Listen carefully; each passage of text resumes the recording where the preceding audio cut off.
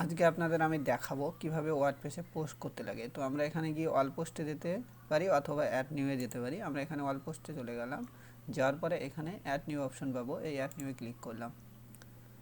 Add নিউয়ে click করার পর আমাদের কাছে একটা পোস্টের খুলে যাবে। তো এখানে আমাদের প্রথমে টাইটেল দিতে লাগবে এবং এখানে নিউজটা দিতে লাগবে, অথবা আমরা যেহেতু নিউজ পোর্টাল বানাচ্ছি সেহেতু। তো এইখানে আমরা প্রথমে যাওয়ার পর এখান থেকে একটা টাইটেল কপি করলাম, এখানে টাইটেলটা কপি করে এখানে টাইটেলটা দিয়ে দিলাম এবং আমরা এখান থেকে নিউজটাকে কপি করব সাপোজ, বা আমাদের হোয়াটসঅ্যাপ বা যেখানেই থাক নিউজটাকে কপি করে নেব এখানে দিয়ে,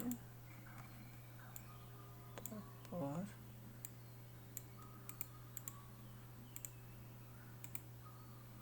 নেক্সট প্যারামিটার দিয়ে দিলাম এবং এখানে এসে এবং লাস্টেরটা দিয়ে দিলাম।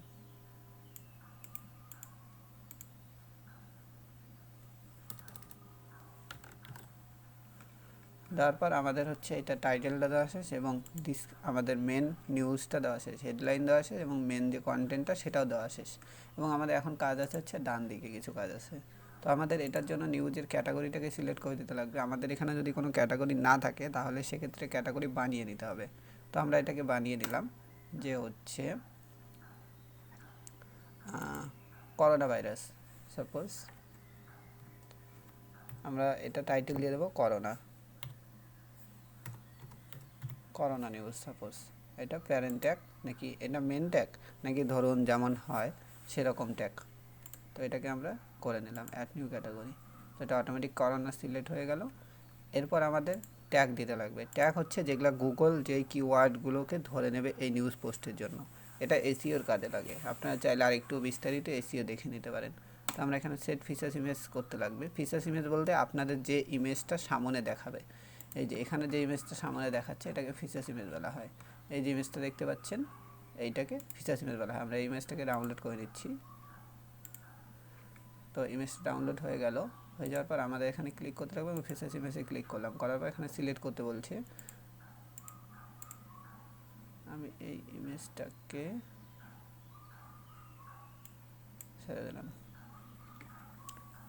তো ইমেজটা আপলোড হয়ে গেল এবং এটাকে আমরা সেট ফিচার্স ইমেজ করে দিলাম।